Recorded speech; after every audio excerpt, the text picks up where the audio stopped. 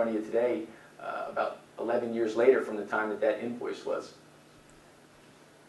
I can remember being in a hotel room very similar to this one, same look, roughly the same size. Felt a little bit of excitement while I was in my chair. Felt a little bit of fear as well, though.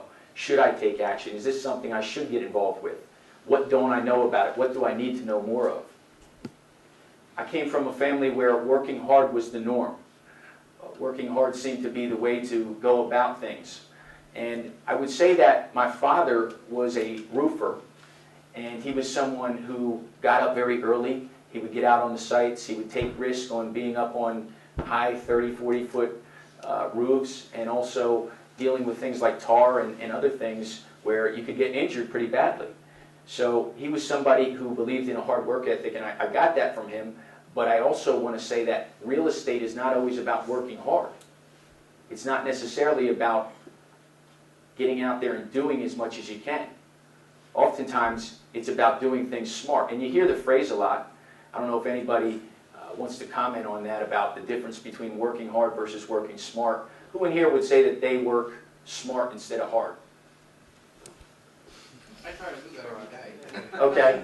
It hasn't worked so far. Exactly. I gotta learn a little more. Would you say that you may be in a position where you just don't have somebody that's working smart that you see that's doing it, and therefore you're running around doing things that you see other people doing? Okay.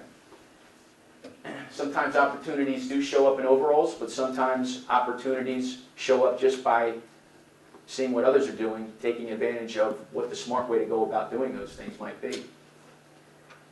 Those that think it through tell others what to do. If you set the plan in motion and you do what I talked about as far as your goals, write those goals out, have them on paper, and put them into action at that point, you'll see that you're able to put together systems that work rather than being a part of the system. How many in here have found yourselves doing something that you did not want to do, even though you know that it's not something that you're supposed to do? You found yourself doing it anyway. It almost didn't make sense. Could be smoking, eating too much, bad habits. Same thing with becoming a real estate investor. We all know what we're supposed to do. That doesn't necessarily mean that we will do it. When we get that first call, or when we get that phone call from somebody who says they want to buy our house, and they say, can you come out right now? Maybe we take action and get out to the house right away when we should be finding out what is their level of motivation. What's the reason we're actually going out to the house in the first place? A mind that expands won't contract. Once you get used to living a certain lifestyle, you will not go back to doing what you used to do. So if you place yourself in uncomfortable positions, positions where you feel as if this doesn't quite feel good, but you know that you are expanding where you were, that's a good place to be. That's where you should be.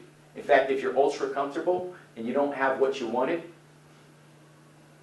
then you need to get uncomfortable.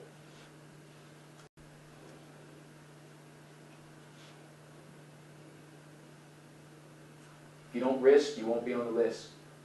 Who in here is afraid of risk? Afraid of taking risk.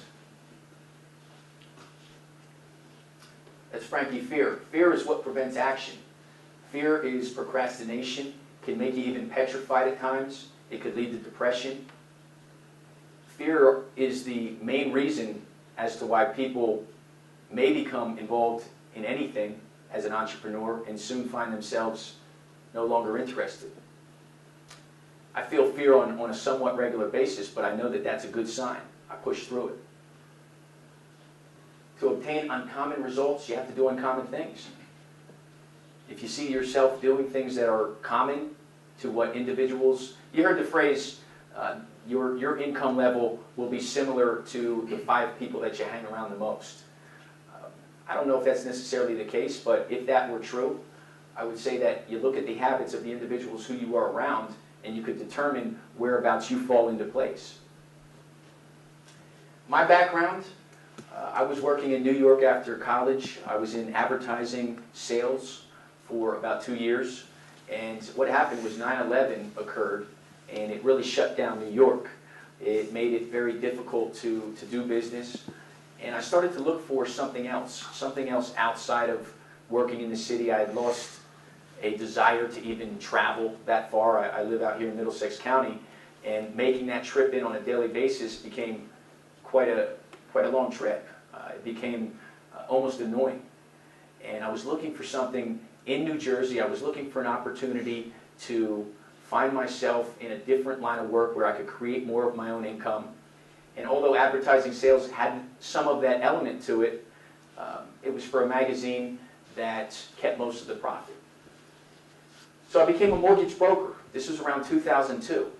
And during that time, I got involved with an individual who had started a company. He was already established with the office space, but we had no employees. It was just himself and myself. And we eventually built that company into 70 individuals inside of a year and a half. It was quite a ride. The mortgage industry, to me, was very fun. It was my beginning to truly understand sales and know a little bit more about real estate.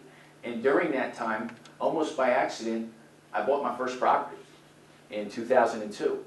What happened was I was owed money by the same individual who I worked with from a previous time. He had owed me some money, and he was, really, we were growing the business. So I said, can you take care of what you owe me? And he said, I got something better for you. And at the time, I didn't realize that that was something better, because I would have rather had the cash. But instead, he said, let me put you on this property that I have. It was a property out in Jersey City. It was a land lot. And I didn't have much interest. He said we could even possibly pop a two-family on this property, a prefabricated, and sell it inside of 2 years for, he was talking double of what he had paid. Now, I found out that he had only paid $12,000 about 3 years previous. So if that was 2002, around 1999, he had paid $12,000 for this property, and we ended up selling this land lot. Is really all it was, because we never put the two-family on it. We ended up selling that property in 2003 for $86,000. So the profit on that was tremendous. Now, I was working 12-hour days in a situation where I was making good money as a mortgage broker. Things had started to flourish, and I'm going to show you a few of those checks from that time as well. But I saw myself, and I said, I made $35,000 on this land lot, and I did nothing. I just waited. I kind of forgot about it at one point. But when it actually occurred, I said, this is something I want to look further into. It was good timing too. Real estate boom, you know, so exactly. The mortgage business picked up, and also the land value was growing like crazy. Exactly. You know, if you buy it right now, who knows if you're going to sell it with the profit next year. Right, and that's something we're going to talk about later. So what I started to do was delve into my real estate education. I started to travel 7 or 8 different states I was in over the next 3 or 4 years. I had gotten into Florida, took many classes through Russ Whitney's courses. I had gotten into Texas, California, went to North Carolina. I went to various states, and I took classes, and I got to know different individuals in different areas, other investors. So I spent $87,000 on my real estate education during that span of time. And it was a great investment, and it continues to be, as I still spend money on myself on a daily basis. I just got back from a seminar this past weekend as well. I then had the fortune of taking a mentorship with an individual who was an experienced investor. This was around the end of 2004. He was a guy who had about 12 years experience as an investor, specifically in flipping property, in quick turns, if you want to call it that. He also was big on lease options. And this individual had a property in New Jersey, and it was giving him a headache. He needed someone to kind of assist him in getting this one off his plate. We had an opportunity because of that to spend around 7 or 8 months together, whereby I got to work and be mentored by this individual directly. So that was a great opportunity for me to be able to then take the next step and get into this full time. I created business systems at that point, systems that revolved around the business working many times without me.